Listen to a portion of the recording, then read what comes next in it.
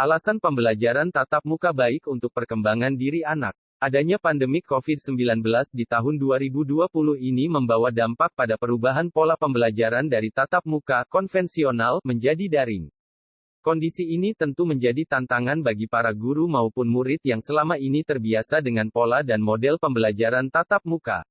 Banyak faktor yang menjadi penghambat berjalannya pola pembelajaran ini, seperti ketersediaan infrastruktur, persebaran jaringan internet yang belum merata, sampai pengetahuan dan juga keterampilan dalam memanfaatkan dan mengelola KBM daring yang minim.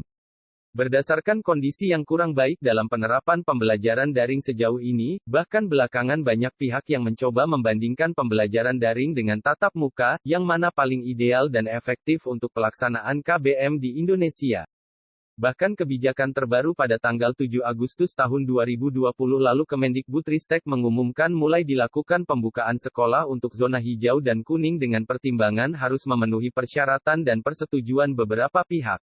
Untuk lebih bisa memahami mengapa pembelajaran tatap muka itu lebih ideal sampai sejauh ini, berikut beberapa penjelasan dan alasannya.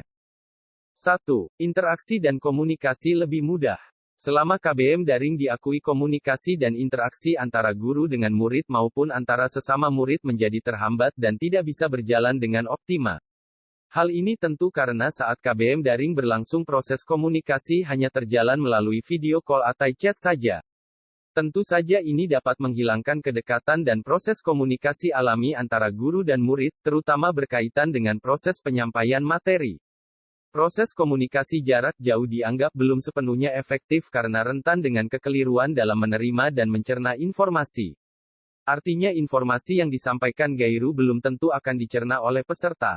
Mungkin hal ini karena suara yang kurang jelas atau instruksi yang kurang lengkap, serta faktor-faktor lainnya. Oleh sebab itu, KBM tatap muka masih dianggap paling ideal karena proses komunikasi dan sosialisasi akan terjalin secara langsung, sehingga informasi dan materi yang diberikan juga akan lebih mudah dicerna dan dipahami oleh murid. Tidak harus terhubung dengan internet. Salah satu keuntungan dari KBM tatap muka adalah tidak membutuhkan koneksi internet dan gawai, guru maupun murid bisa secara langsung melakukan interaksi dan komunikasi dalam aktivitas pembelajaran. Hal ini tentu sangat membantu bagi para guru dan murid yang berada di wilayah 3T atau belum terjangkau jaringan internet. Kendala gawai juga bisa teratasi dengan memanfaatkan sumber belajar konvensional seperti buku, LKPD dan AP yang lebih mudah dan terjangkau untuk dimanfaatkan. Sumber dan media pembelajaran lebih familiar. Salah satu kendala utama yang dihadapi guru maupun murid selama menjalani PJJ daring atau BDR adalah berkaitan dengan pemanfaatan dan pengelolaan sumber maupun media pembelajaran daring. Sumber belajar daring sejauh ini belum begitu familiar dan mudah dipahami oleh para guru dan murid terutama yang berada di wilayah 3T.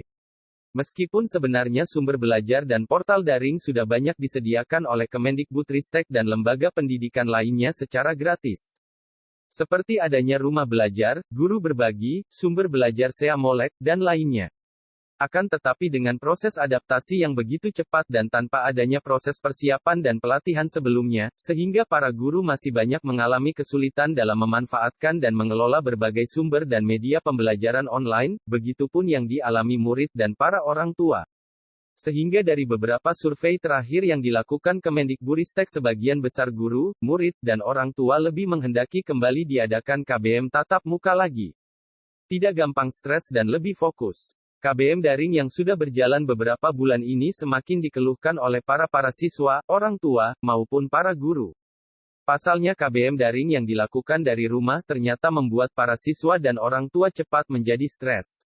Selain itu dalam KBM daring akan selalu menggunakan gawai dan koneksi internet yang tentu saja akan sangat rentan membuat para siswa menjadi tidak fokus. Misalnya jika tidak ada yang mengawasi si anak akan bermain game, menonton YouTube dan aktivitas lain yang tidak berkaitan dengan pembelajaran. Selain itu belajar dari rumah juga akan memecah konsentrasi karena rentan mengalami gangguan dari anggota keluarga lain. Sehingga sejauh ini tempat dan kondisi yang paling ideal untuk pelaksanaan KBM masih tetap di sekolah, yang memang dikhususkan untuk tempat belajar. Mudah dalam penilaian karakter. Salah satu aspek yang sulit diajarkan dan diidentifikasi ketika pelaksanaan KBM daring adalah berkaitan dengan pendidikan karakter dan moral. Tentu saja idealnya untuk mengukur karakter siswa haruslah dengan berinteraksi dan menganalisis secara langsung. Praktikum lebih gampang dan efektif. KBM daring yang dilakukan secara jarak jauh menuntut para guru agar bisa memberikan penugasan yang bisa mengukur setiap kompetensi secara optimal. Hal ini juga saat guru harus memberikan tugas praktikum dan proyek. Guru harus memastikan bahwa apa yang dibuat atau hasil praktikum yang dikerjakan merupakan hasil karya para siswa. Berbeda ketika model pembelajaran dilakukan dengan tatap muka konvensional. Proses praktikum dan penugasan juga lebih mudah disiapkan, diatur, dan dinilai. Sebab seluruh siswa bisa dilihat secara langsung kinerja dan proses kerjanya oleh guru. Lebih terkendali. Seperti yang sudah dipaparkan pada poin sebelumnya bahwa KBM daring banyak sekali membuat siswa menjadi stres dan sulit fokus. Selain itu, ketika anak tidak sepenuhnya diawasi orang tua akan rentan untuk tidak benar-benar belajar dengan serius. Apalagi KBM daring akan selalu menggunakan gawai dan koneksi internet yang membuat anak dengan mudahnya mengakses fitur lain di luar topik pembelajaran, seperti bermain game misalnya. Hal ini akan berbeda dengan KBM tatap muka yang mana guru memiliki akses untuk mengawasi para siswa secara langsung sehingga ketika proses KBM berjalan para siswa bisa lebih mudah dipantau dan terlihat. Terima kasih, sampai berjumpa di materi berikutnya, tetap semangat dan jangan lupa jaga kesehatan ya.